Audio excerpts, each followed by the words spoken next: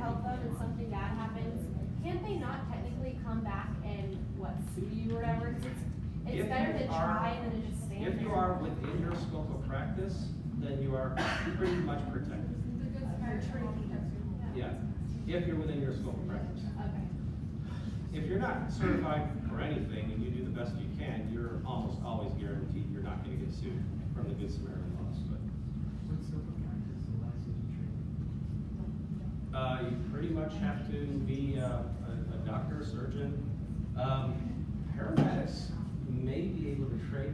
I'm sure paramedics can trade. So, yeah, probably an ACLS thing. Now that I think about it. I know that I technically could have traded. Only person I ever traded once wasn't a person, it was a rabbit. Anyway, moving on. We already talked about withholding and withdrawing treatment before.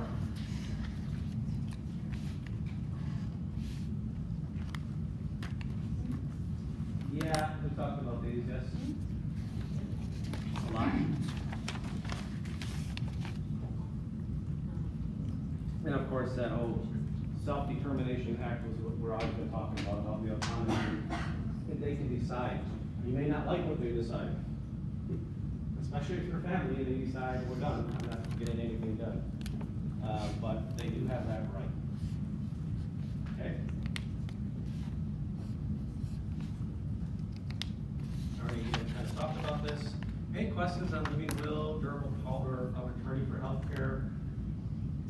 Again, try to talk people into doing these. Really, I mean, everybody should probably have one. Yeah. Just something that I learned during my critical care rotation was that advanced directives are good to have, but most of the time it's during certain situations that they make you write it. So for example, if you were to have a heart attack, would you go through all the measures to go ahead and get resuscitated or something like that? Sometimes it's not specific enough for your situation that you're in. So what my instructor said is it's good to have like a healthcare surrogate or proxy because they are able to read between the lines and determine what you would want if you voice your opinion enough. So advanced directives are set and they create a good outline for what you would want for end of life care or maybe emergent care. But sometimes it isn't specific enough for your situation. So for example, you have heart problems, you would go ahead and write down stuff for like a heart attack. But if you were to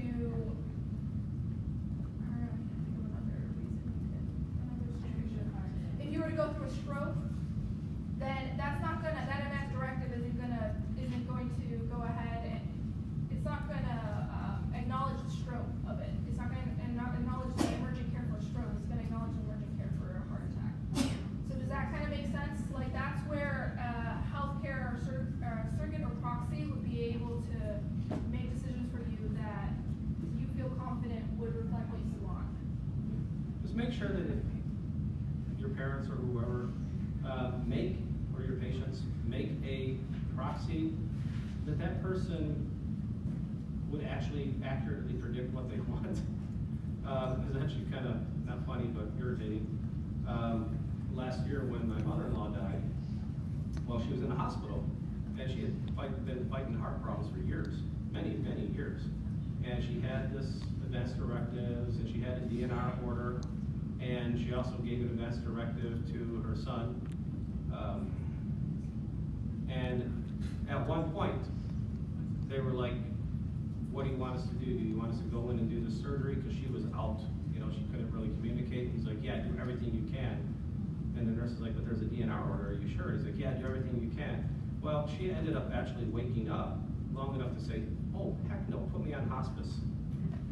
So make sure if you pick somebody, your patients, that they actually know what you really want and they're not doing what they want.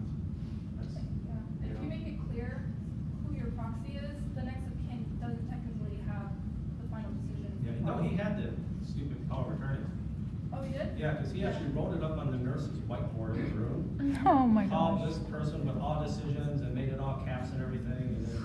And then his sisters were laughing at him and they put like, because he's king of the world, and they That whiteboard was all messed up. I'm saying, cause my instructor, she is the proxy of her ex-husband. So even though they're not married, she's still the healthcare proxy for him, so, and they have a son together, but, you know, technically the son wouldn't make decisions, but she would also have a right to make decisions, cause she is the proxy for him. That's what I'm just saying, even though they're not family anymore, she still has a say.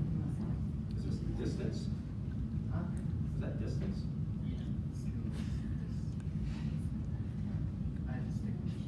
Okay, got it? I heard you, I was listening. Trying to figure out whose glasses are laid over there. Alright.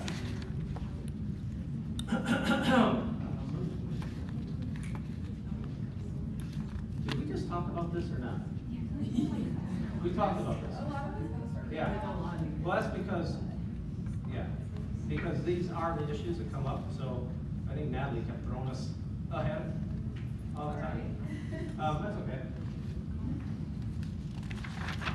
Take a couple minutes, and I'm gonna ask you guys about this. Talk amongst each other.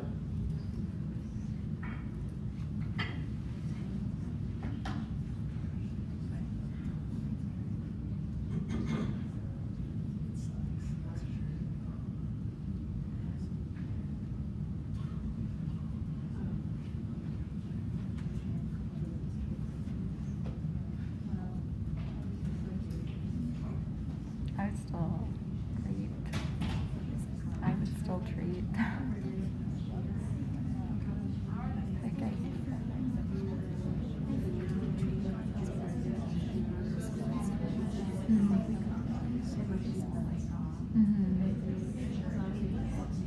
I'll keep them alive to hold them responsible. You're going to pay for that. But I think everyone should have equal, regardless of my biases. Like I would even somewhat weird it.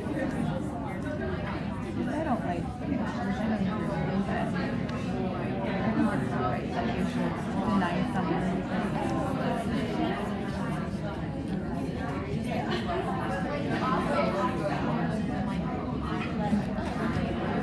I'm just surprised that it's like an option, you know?